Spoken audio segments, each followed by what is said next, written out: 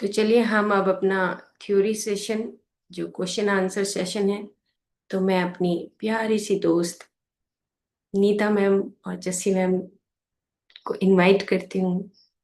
और Nita ma'am please welcome, और question answer session शुरू करते हैं। थैंक यू संगीता जी। तो गुड मॉर्निंग फ्रेंड्स। जैसा कि आप सभी लोग जानते हैं कि अनंत चेतना की ओर अब अपने अंतिम चरण में है। ऐसा नहीं है कि संपर्क हमारा नहीं रहेगा, हमारा संपर्क बना रहेगा, पर कुछ टाइम तक के हम विजडम शेयरिंग और आप लोग के डाउट्स क्लियर नहीं कर पाएंगे। तो ये आखिरी संडे है समझ लीजिए, अ, जिसमें आप अपने डाउट्स क्लियर कर सकते हैं या अपने एक्सपीरियंस शेयर करके दूसरी आत्माओं को मोटिवेट कर सकते हैं। तो यदि कोई भी अनुभव में आपको रुकावट महसूस हो रही है या कुछ एक्सपीरियंस शेयर करना है तो अपने हैंड रेस कर लीजिए, ताकि आप अपने प्रश्न पूछ सकें या अपने अनुभव को शेयर कर सकें।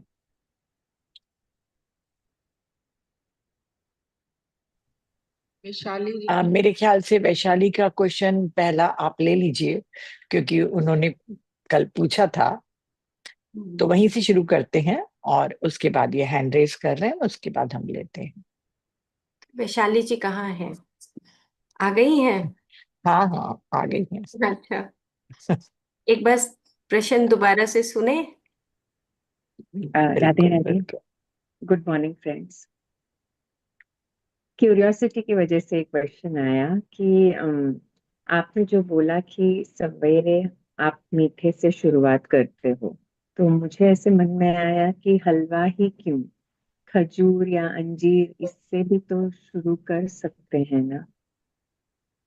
ऑफ कोर्स, बिल्कुल मीठे से शुरू करना चाहिए। चाहे आप मुनक्का खाएं, हलवा खाएं, है ना। वैसे मीठे का मतलब ये है, अगर हम उसको वैज्ञानिक तरीके से देखें, कि जो हमारा मुंह है ना, मुंह के अंदर सबसे पहले एक निवाला जब जाता है, तो ना कार्बोहाइड्रेट के लिए अंदर से अमाइलेज रिलीज होता है।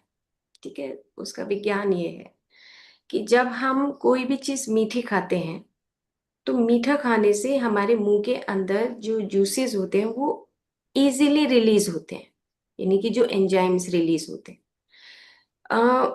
जैसे मान लो कि जब हम ब्रश करते हैं, तो ना कषाय रस बोला गया है कि जैसे दातुन, हम कीकर की दातुन करें, नीम की दातुन करें, तो कषाय रस क्या करता है, मुंह के अंदर से सब चीजों का जो भी मल पड़ा होता है उसको खींच के बाहर निकालता है। और ऐसे ही कड़वा जो रस होता है वो रस को आने नहीं देता, सोख लेता है। कषाय रस क्या करता है, वो सोख लेता है। और जो कड़वा रस होता है वो भी सोख लेता है। तो मधुर रस क्या करता है कि मधुर रस से हमारे मुंह के अंदर जो एंजाइम्स होते हैं वो इजीली रिलीज होते हैं, नंबर वन। नंबर टू, हमें कोई भी निवाला गया तो उसको चबाने में आसानी रहती है। तो रोटी को भी हम मधुर मान सकते हैं। ठीक है, जैसे हलवा मधुर है, रोटी मधुर है ना। जैसे आपने मुनक्का कहा, अंजीर कहा, ये मधुरता मधुरता है। जैसे बादाम है, इसमें भी मधुर रस है। तो जो मधुर रस वाली चीजें होती हैं उनको सबसे पहले लेते हैं। फिर आता है मधुर अमल, मधुर अमल लवण। तो मधुर के बाद हम अमल लेते हैं। जैसे अचार की बात की थी, कि कोई भी आप, जैसे आम का अचार हो गया, नींबू का अचार हो गया, या नींबू का रस हो गया, तो पहले मुंह में जाएगा, उसके बाद स्टमक में जाएगा। जब पेट में जाता है तो अमल रस होता है, HCl होता है ना। तो फिर मधुर अमल लवण, फिर लवण होता है। तो तीसरे नंबर पे लवण क्यों आता है, क्योंकि जैसे जैसे हम खाते जाएंगे तो ये जो सारा डाइजेस्टिव प्रोसेस है ये सिस्टमेटिकली चलेगा। अगर हम पहले कषाय ले लें, मान लो कि हम पान पहले खा लें या हम सुपारी पहले खा लें, तो हमारे मुंह के अंदर से वो जूसेस ही नहीं निकलेंगे। अगर हम वो पहले खा लें तो पेट के अंदर भी जूस नहीं निकलेगा। क्यों? देखो आप, आपने देखा होगा कि ना कुछ लोग जो हैं, अभी पीछे एक रिसर्च आई थी कि शहद अकेला 1 चम्मच ले लेते थे, 1 चम्मच शहद ले लो, वो जबकि मधुर नहीं होता। दिखता है वो मधुर, लेकिन वो मधुर होता नहीं, वो कषाय रस होता है। तो कषाय रस की वजह से जो हमारे अंदर जूसेस निकलने होते थे, वो जूसेस नहीं निकलते अगर कोई अकेला शहद लेता है तो।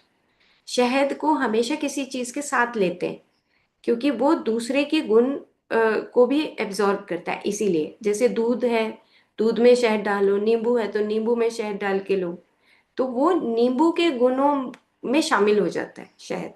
लेकिन अगर अकेला शहद लो तो कषाय रस होता है, तो कभी भी अकेला शहद नहीं लेते। तो मधुर रस से क्या होता है कि आपकी एंजाइम्स इजीली रिलीज होते हैं, इजीली गले के अंदर जाता है, इजीली वो सबसे पहले स्टमक में परत बनाता है कि ये मेरा मधुर सामान आ गया। फिर उसके बाद अम्ल वाला सामान आएगा, फिर उसके बाद लवण वाला आएगा, और उसके बाद फिर कटु तिक्त वाला आएगा। जैसे करेला मैंने बताया कि दूसरी रोटी के साथ खाना चाहिए। और जब अंदर जाते हैं तो एक तरफ लिवर है, एक तरफ पेनक्रियाज है। तो पेनक्रियाज के जो रस होते हैं वो कटु टाइप के होते हैं, बहुत तीखे होते हैं, क्योंकि उसको फैट मेटाबॉलिज्म को रिलीज करना होता है। और लिवर में जो तिक्त रस होता है, वहां से जो एंजाइम्स रिलीज होते हैं वो नीम जैसे कड़वे होते हैं। तो जो भी चीज हम खाते हैं उसका एक सिस्टम है। जैसे मान लो कि अब वॉमिटिंग आई, कोई पर्सन आता है, पेशेंट कहता है जी मेरे को तो बहुत कड़वी सी वॉमिटिंग आ रही है, तो हम कड़वी वॉमिटिंग को ये समझते हैं कि ये लिवर का कोई डिफेक्ट है, मतलब लिवर और स्मॉल इंटेस्टाइन के पहले भाग का। अब वो कहेगा जी मेरे को तो वॉमिटिंग आ रही है, मेरा गला जल रहा है, जैसे एसिड सा निकल रहा है ना, तो फिर हम ये सोचते हैं कि उसके स्टमक में ही कोई प्रॉब्लम।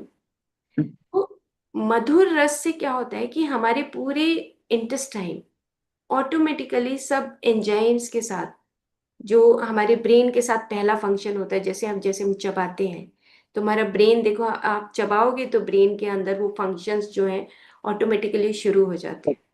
तो मधुर रस का इतना गहरा संबंध है।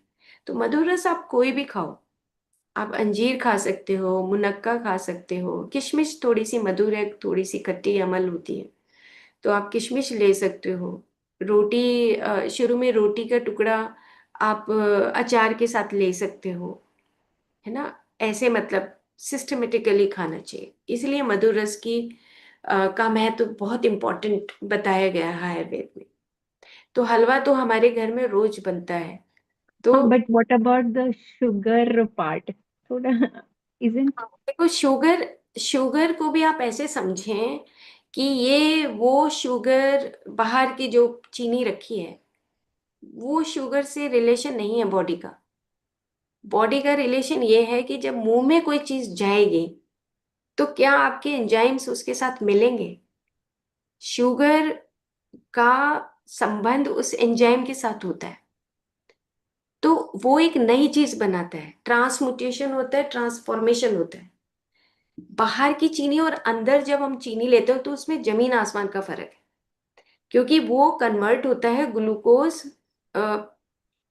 उसकी साइड में अगर हम देखें equal to energy, instant energy. होता है ना, कई बार हम जब मार्केट से आते हैं तो हमें लगता है कि हमें नींबू पानी चाहिए, एनर्जी चाहिए, हम उसमें चीनी या बूरा डाल के और घोल करके पी जाते हैं, क्योंकि वी नीड इंस्टेंट एनर्जी।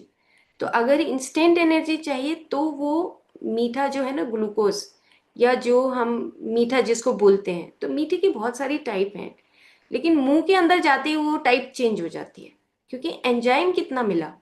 अगर वो नहीं मिला तब वो शुगर जो है वो बैड शुगर मानी जाती है। अगर हम बहुत अच्छे तरीके से चबाते हैं तो वो टुकड़ा plus enzyme equal to instant energy, equal to good glucose. लेकिन जैसे ही हमने चबाया और अंदर वो निगल लिया, तब वो शुगर जो है पूरे ब्लड में हाई शुगर मानी जाती है, कि हमने चबाया ही नहीं। तो शुगर, बाहर की शुगर और अंदर की शुगर में बहुत फर्क है। तो आप खा सकते हो हलवा, लेकिन इंस्टेंट काम करना पड़ेगा, उठ के अपना वर्क करना पड़ेगा, हमें हमें थोड़ी एक्टिविटी रखनी पड़ेगी। आप शुगर लोगे तो एक्टिविटी रखो, बस सिंपल सी बात है, शुगर नहीं बढ़ सकती किसी हालत में। Thank okay. You Sunita ji, thank you so much. Thank you Vaishali. Thank you दी, thank you Jasin. Thank you. Yes Pushpa ji, unmute करिए अपने को। अभिनंदन यस, मैम, सभी मास्टर को आप। नमस्कार। एक्चुअली मैम, मैं 20 दिन पहले भी आपसे क्वेश्चन किया था कि मैं ज्यादातर लेट जाती हूँ और मुझे बहुत नींद आती है। और अभी फिलहाल जब से आपने मुझे बोला ना कि बैठ कर मतलब ध्यान करना है, तो मैं बैठ कर ध्यान तो कर रही हूँ, लेकिन बहुत गहरा ध्यान ज्यादातर नहीं हो पाता है, बहुत कम होता है गहरा ध्यान। और बहुत झटके भी मतलब आते हैं, गिरने का डर भी रहता है मन में। और गहरा बहुत कम हो पा रहा है। क्या करूँ मैं? सर आपको याद होगा मैंने क्वेश्चन किया था। आप जैसे नीता मैम ने कहा था ना पुष्पा जी कि बैठ के ध्यान करिए, कोई बात नहीं। ये ना इम्प्रिंट्स जो होते हैं ना, जैसे मतलब पत्थर के ऊपर रस्सी होती है ना, वो निशान बना देती है। ऐसे ही जो हम अपनी हैबिट डाल देते हैं ना, कि जैसे मान लो कि आप लेट के जो ध्यान करते हो, आप बैठ के ही ध्यान करिए, कुछ दिनों में सब ठीक हो जाएगा। ठीक है। और कुछ चीजों का जो अंदर प्रोसेस हो रहा होता है, जैसे आप कह रहे हैं कि झटके लगते हैं, है ना, तो आप देखो कि इतना बड़ा हमारा प्राणमय कोश है, जिसमें हजारों हजारों काम हमारे साइड बाय साइड चल रहे होते हैं। तो जब हम ध्यान में बैठते हैं, तो हमारे सारे शरीरों का काम हो रहा होता है उस वक्त ना। तो जब प्राण में शरीर के अंदर जब काम होता है, तो कहीं कहीं वो जब नाड़ियां खुल रही होती हैं, तो वो प्रोसेस चल रहा होता है। जब हम 1 घंटे में या 40 मिनट में या आधे घंटे में ध्यान से बाहर आते, तो प्रोसेस रुक जाता है, क्योंकि हम फिर फिजिकल एक्टिविटी में लग जाते हैं। तो कोशिश करिए कि आप बैठ के ध्यान करें, और बेड के ऊपर ध्यान करें। जो गिरने का आपको ये लगता है कि मैं गिर ना जाऊं, तो आप बेड के ऊपर ध्यान करें, दोनों तरफ अपने वो गोल वाले पिल्लो लगा लें, है ना। और जब ये ध्यान करें, तब अंदर से एक कमांड दें अपने आप को कि मैं अब आधे घंटे ध्यान करने जा रही हूँ, है ना। तो आप अपनी उस कमांड से अपने उन पांचों शरीरों को एक कमांड दे रहे हो कि मैं अब आधा घंटा ध्यान कर रही हूँ। आप 15 दिन इसकी प्रैक्टिस करते रहिए। 15 दिन के बाद आप हम यहाँ पे अगर होंगे ऑनलाइन तो ठीक है, नहीं तो आप व्हाट्सएप पे पूछ सकते हैं, ग्रुप में पूछ सकते हैं कि मेरे अंदर ये परिवर्तन आया। आप इस बात को समझिए कि ये जो एक शरीर है ना, इसके पीछे इतने बड़े बड़े महासागर छुपे हुए हैं, और कई कई जन्मों की यात्रा चल रही है हमारी। तो पीछे का जो जाल है ना, नेटवर्क, वो हम जल्दी से समझ नहीं पाते। तो जब मेडिटेशन होता है, तो उसमें प्योरिफिकेशन होता है। तो प्योरिफिकेशन, एक तरफ प्राणमय कोश का प्योरिफिकेशन अंदर से चल रहा है, एक तरफ से मनोमय कोश का प्योरिफिकेशन चल रहा है, एक तरफ से उसके पीछे जो कारण शरीर है, उसके पीछे भी जो हमारी ग्रंथियां हैं इतनी सारी, उसका प्योरिफिकेशन चल रहा है। ये कर्म है, इसको बैलेंस करना है, इतने सारा नेटवर्क काम करता है। तो उसमें अगर हम आधे घंटे में या 1 घंटे में या 2 घंटे में ये सोचे कि ये सारी शुद्धि हो जाएगी, तो वो नहीं होती है ना। तो आप आराम से, एक तो अवेयरनेस में करना है। आप दिन भर में, पिछली बार भी ये बात हुई थी कि अगर आप दिन भर काम करते हो, तो पहले सो जाओ, उसके उठने के बाद आप आधा घंटा अवेयरनेस में आप मेडिटेशन करो, कि मैं बिल्कुल अवेयर हूँ कि मैं सांस ले रही हूँ, मैं सांस छोड़ रही हूँ, मैं आंखें बंद करने से मुझे ये दिख रहा है, अपने बारे में सब कुछ दिखाई दे रहा है ना। कई बार क्या होता है कि जब हम दिन भर के काम करते हैं, तो नींद आ जाती है, क्योंकि वो रेस्ट चाहिए होता है, तो हम मेडिटेशन में रेस्ट भी करते हैं। तो ये प्रैक्टिस आप करते रहिए। बाकी नीता जी आपको हाँ पुष्पा जी, आप कितने टाइम से कर रहे हैं मेडिटेशन? 2.5 साल हो गया मैम। हाँ, 2.5 साल। 2.5 साल हो गया है। जी मैम। अगर और 2.5 साल के बाद भी अगर आपका डीप मेडिटेशन नहीं हो रहा है, तो मतलब आप कहीं ना कहीं तो आप चूक रहे हैं, है ना। बिगिनर लोगों से हम नहीं उम्मीद कर सकते कि उसका डीप मेडिटेशन लगे, क्योंकि मन को संतुलित करने में, एक जगह फोकस करने में टाइम लगता है ना, क्योंकि वो 100 विचारों में घूमता है। फिर उसको धीरे धीरे अपने सांसों पे टिकाना थोड़ा सा चैलेंजिंग होता है, कुछ टाइम चाहिए रहता है, इसीलिए प्रैक्टिस प्रैक्टिस प्रैक्टिस हम कहते हैं। अगर अगर 2.5 साल के बाद भी नहीं कर रहे हैं तो पुष्पा जी अब आपको थोड़ा सा अवेयर होने की जरूरत है कि कहीं ना कहीं आप चूक रहे हैं, क्योंकि मेडिटेशन सबके लिए बराबर है। ऐसा नहीं कि संगीता जी के लिए अलग स्पेशल है, मेरे लिए अलग है। सभी का अपना आत्मा से कनेक्शन बन सकता है।